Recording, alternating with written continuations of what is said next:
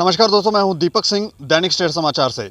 Jammu Kashmir cricket association यानी कि जेकेसीए में कुछ खलबली सी मची हुई है। जिस दिन हमने आपको स्टोरी दिखाई थी कि यहाँ पर जो सीईओ हैं आशिक हुसैन बुखारी, वो कुर्सी पर काबिज होने के लिए हर तरह के तिगड़म लड़ा रहे हैं और वो कोर्ट में चले गए हैं लड़ाई लड़ने के लिए कि नहीं, हम कुर्सी नहीं छोड़ सकते और पुराने जो अधिकारी उन्होंने बाहर निकाले थे उनको हम वापस से नहीं ला सकते हैं।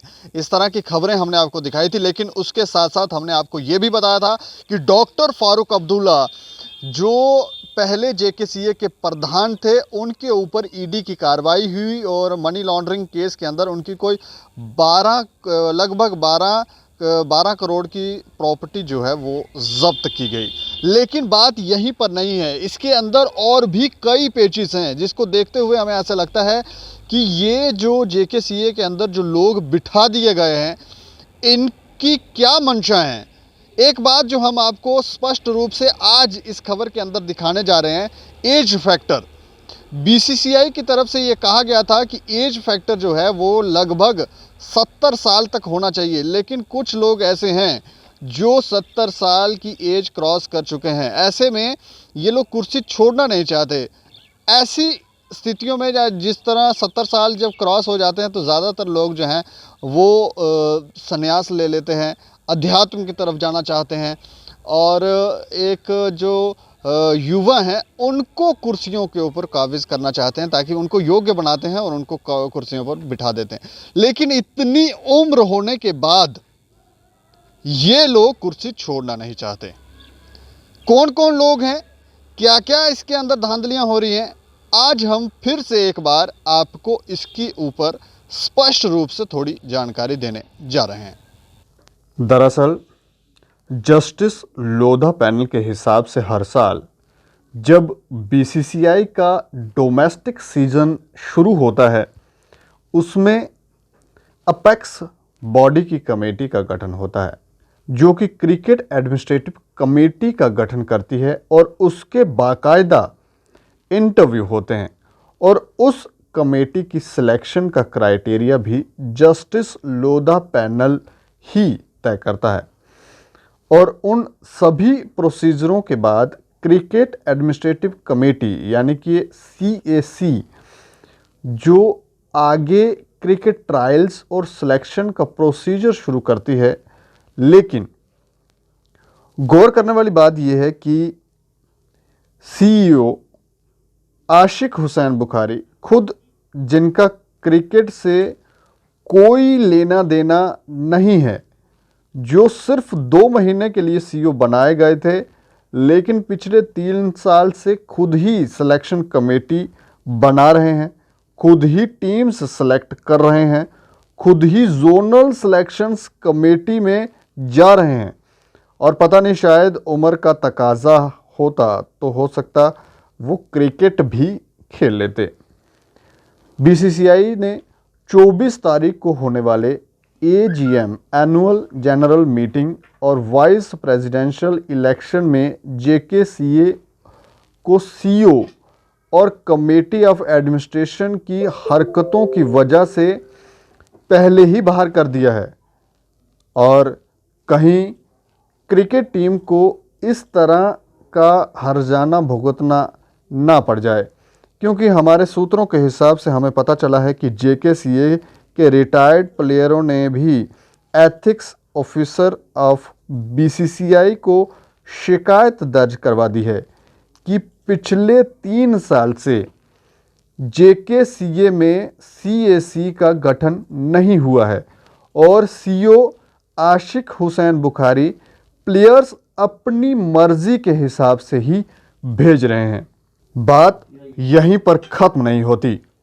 जस्टिस लोधा पैनल की रिकमेंडेशन की धज्जियां किस प्रकार उड़ाई जा रही हैं, ये भी गौर करने वाली बात है कि जब लोधा पैनल ने स्पष्ट रूप से ये कहा था कि बीसीसीआई या कोई भी स्टेट एसोसिएशन जिसका वर्किंग कमेटी का मेंबर 70 साल की उम्र से ज़्यादा नहीं होगा और जो 70 साल की उम्र पार कर चुका होगा वो बाय डिफ़ॉल्ट बाहर हो जाएगा।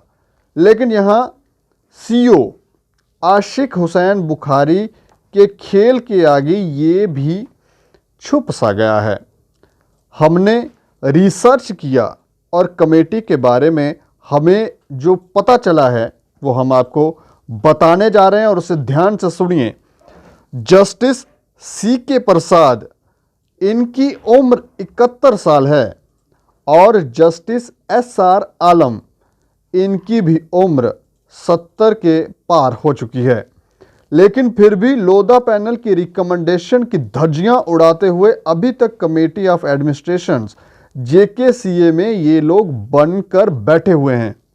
खेल कैसे खेला जाता है ये कोई जम्मू कश्मीर क्रिकेट एसोसिएशन के CEO से सीखे कि किस तरह से खेल की डिज़ाइनिंग की जाती है और कैसे वो खेल खेला जाता है। लेकिन शायद CEO साहब ये भूल गए कि ये खेल उनके ऊपर भी भारी पड़ सकता है, क्योंकि अब BCCI के साथ साथ जम्मू कश्मीर में भी बहुत सारे ऐसे लोग हैं जो उठकर सामने आने लगे हैं और साफ और स्पष्ट रूप से ये कहने लगे हैं कि ये कोई पुलिस डिपार्टमेंट नहीं है।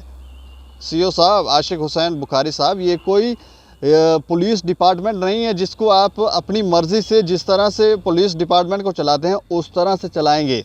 ये क्रिकेट है, बच्चे यहाँ क्रिकेट खेलने के लिए आते हैं और अपना भविष्य जो है अपने प्रदेश का नाम रोशन करना चाहते हैं, अपने माँ बाप का नाम रोशन करना चाहते हैं, अपने देश का नाम रोशन करना चाहते हैं। यहाँ पर अपने रूल रेगुलेशंस ना चलाएं। अगर आपको रूल रेगुलेशन चलाने ही हैं तो आप ये रूल रेगुलेशन जो हैं वो ज़रूर चलाएं। हम ये नहीं कहते हैं कि आप जो रूल रेगुलेशन चला रहे हैं वो गलत है, लेकिन रूल रेगुलेशंस का किसी न किसी को फ़ायदा होना चाहिए। फैसला वही अच्छा होता है जिससे समाज को फ़ायदा हो। वो फैसले जो सिर्फ अपने कुछ लोगों को बेनिफिट देने के लिए या पैसों के लोभ में आकर फैसले लिए जाएं और अपने लोगों को के लिए फैसले लिए जाएं, वो अपने लिए भी जो लोग फैसले ले रहे हैं, जैसे CEO साहब की बात करें, वो जो फैसले ले रहे हैं उनके लिए भी ठीक नहीं है, आने वाले समाज के लिए भी ठीक नहीं है, क्योंकि कीचड़ जो है वो अब उछलने लगा है और अब ये बात जो है हम तक पहुंची हैं। आप सोच सकते हैं पहले तो ये दबी कुचली थी, लेकिन अब ये बातें जो हैं वो हम तक पहुंची हैं, यानी कि मीडिया में आई हुई हैं। इसके ऊपर स्पष्ट जो हम तो ये कहेंगे कि इसके ऊपर स्पष्ट रुख अपनाते हुए ऐसे लोगों को जो कुर्सी पे काबिज होने के लिए बहुत बड़े बड़े षड्यंत्र रच रहे हैं, ऐसे लोगों को जल्द कुर्सियों से हटाना होगा ताकि जम्मू कश्मीर क्रिकेट जो है वो फले फूले और बच्चे युवा जो हैं यहाँ से बाहर निकलें।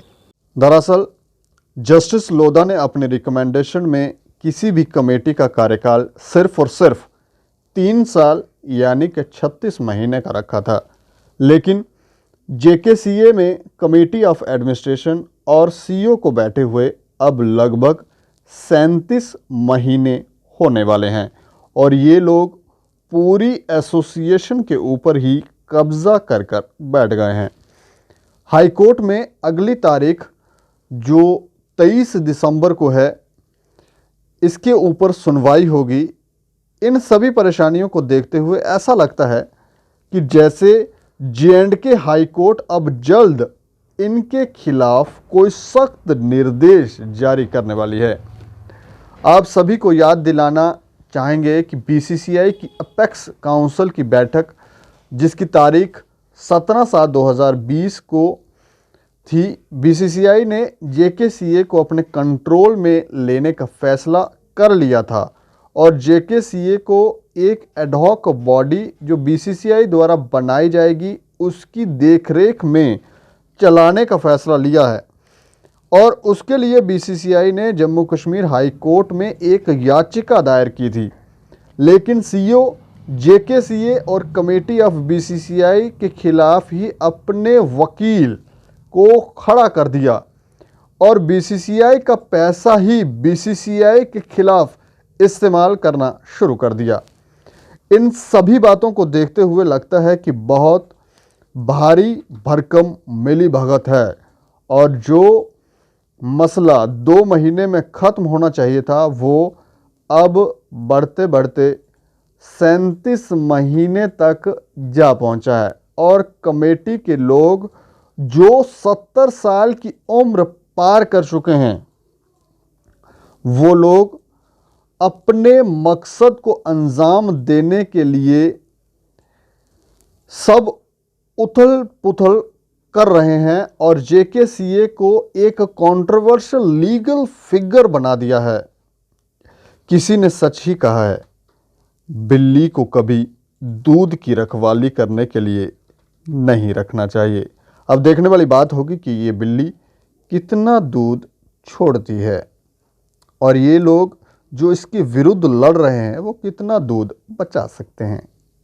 जम्मू कश्मीर में कुछ लोगों की शायद ये फितरत बन गई है कि कैसे भी हो, किसी भी तरह से हो, पैसा जो है उसे हड़पो, कुर्सियों पे काबिज रहो, अपने मनमाने फैसले लेते रहो और जो चाहो आप करो। क्रिकेटर की ज़िंदगी तबाह होती है युवा जो हैं, जो प्रतिभाशाली हैं, वो तबाह होते हो, लेकिन हम कुर्सी नहीं छोड़ेंगे और जितना पैसा हमें कमाना है वो हम कमाएंगे। इससे पहले जो जेकेसीए के प्रधान बनाए गए थे डॉक्टर फारूक अब्दुल्ला, उन्होंने भी ऐसा ही कुछ किया और जिसके ऊपर इस समय वो कहते हैं कि राजनीति हो रही है हमारे ऊपर, राजनीतिक पार्टियों का इसमें लेना देना है। तो प्रॉब्लम यहाँ ही नहीं है। राजनीतिक पार्टियों को राजनीति करने का मौका अगर किसी ने दिया है तो हम ये कहेंगे कि डॉक्टर साहब ने स्वयं दिया है, कुछ तो किया होगा जिसकी वजह से ये सब हो रहा है। लेकिन अब आशिक हुसैन बुखारी जो जेकेसीए के सीईओ हैं, उनके ऊपर भी ये प्रश्न उठने लगे हैं। ये भी कहा जा रहा है कि इन्होंने पैसों का गबन किया है और ये लोग